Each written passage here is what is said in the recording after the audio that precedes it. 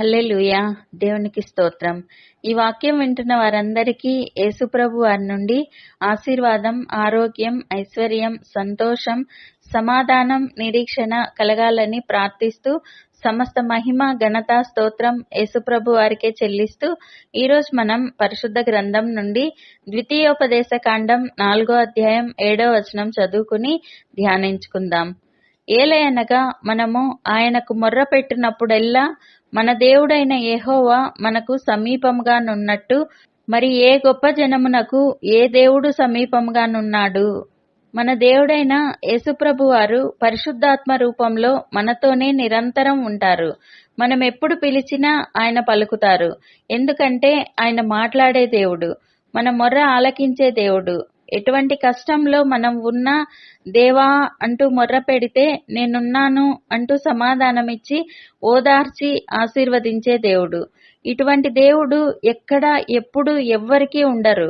ఇది ఉపమానం ద్వారా తెలుసుకుందాం. సంజయ్కి తండ్రి లేడు. తల్లికి చదువు లేకపోవటంతో ఇంటి పనులు చేసుకుంటూ సంజయ్ని కష్టపడి చదివిస్తూ ఉండేది. మొదట బాగా చదివేవాడు. కాలేజీకి వచ్చేసరికి ఫ్రెండ్స్ అంటూ తిరగటం మొదలుపెట్టాడు. తల్లి మాటలు అస్సలు వినేవాడు కాదు. మార్జిన్ మార్క్స్ తో బీటెక్ పాస్ అయ్యాడు. అతని మార్క్స్ తో ఏ జాబు రాలేదు. కాలేజీ అయిపోయింది.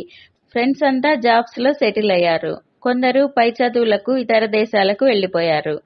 సంజయ్ ఒంటరిగా సరైన మార్క్స్ లేక జాబ్స్ కోసం ప్రయత్నిస్తూనే ఉన్నాడు. కానీ ఏ జాబ్ రావటం లేదు.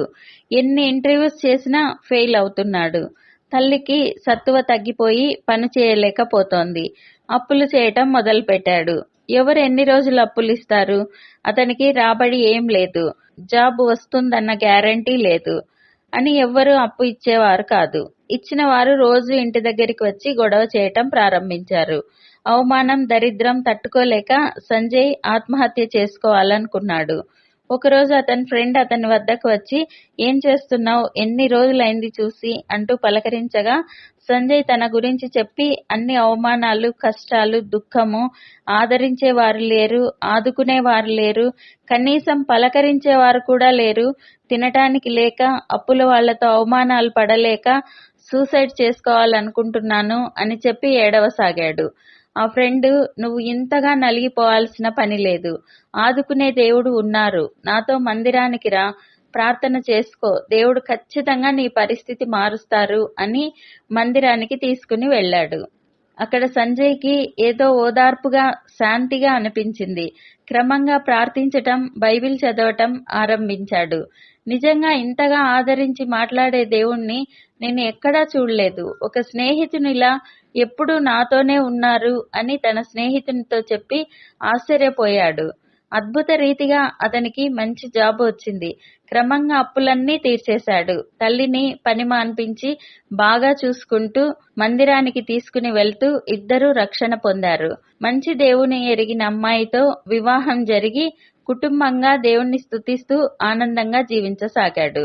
145వ కీర్తన 18వ వచనంలో తనకు మొర్రపెట్టు వారికందరికీ, తనకు నిజముగా మొర్రపెట్టు వారికందరికీ యెహోవా సమీపముగా ఉన్నాడు.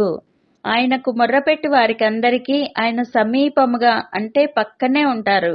మన బాధలన్నీ ఆయన తీసుకుని మనకు సంతోషాలను అందించే తండ్రి, మంచి స్నేహితుడు, బాధ వేదనలలో ఆదుకునే ఆదరణకర్త, అనారోగ్యంలో అల్లాడిపోతున్నప్పుడు స్వస్థపరిచే పరమ వైద్యుడు. మన పరిస్థితి ఎంత హీనంగా, దీనంగా ఉన్నా నేనున్నాను నీకు అంటూ వెంటనే పలికే ఇలవేల్పు. ఎంతో గొప్ప దేవుడు. ఇటువంటి దేవుడు ఎవ్వరికీ ఉండరు. కాబట్టి ఆయనను తెలుసుకుని ఆదరణ పొందుతున్న మనం, ఆదరణ లేక కష్టాలలో కన్నీళ్లతో, అవమానాలతో, ఎటువంటి నిరీక్షణ లేక కృంగిపోతూ ప్రాణం తీసుకోవాలనుకునే వారికి, తెలియని వారికి మన దేవుని పరిచయం చేయాలి. అటువంటి వారికి మన తండ్రి గురించి చెప్పాలి. అది మన బాధ్యత. ప్రార్థన చేసుకుందాం. ప్రభువా, దేవా, సర్వాధికారి తండ్రి, మీ పరిశుద్ధ పాదాలకు వందనాలు, స్తుతులు, స్తోత్రాలు నాయనా. మీరు మా జీవితాల్లో జరిగించిన మేలులన్నింటికీ వందనాలయ్యా. దేవా, ఏ కష్టంలో అయినా, వేదనలో అయినా, అంతా అయిపోయింది అనే దిగజారిన పరిస్థితి అయినా యేసయ్యా అంటూ మొర్ర పెడితే వెంటనే ఆదరించి ఆదుకుని హెచ్చించే తండ్రి వందనాలయ్యా. గొప్ప దేవా వందనాలయ్యా.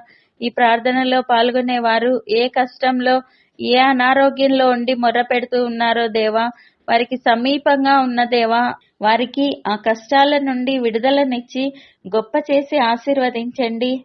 వారందరినీ కొండ మీద పట్టణం వలె హెచ్చించండి.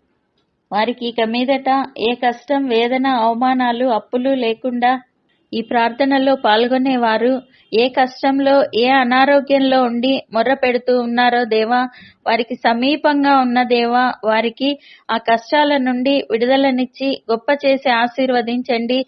వారందరినీ కొండ మీద పట్టణం వల్లే హెచ్చించండి.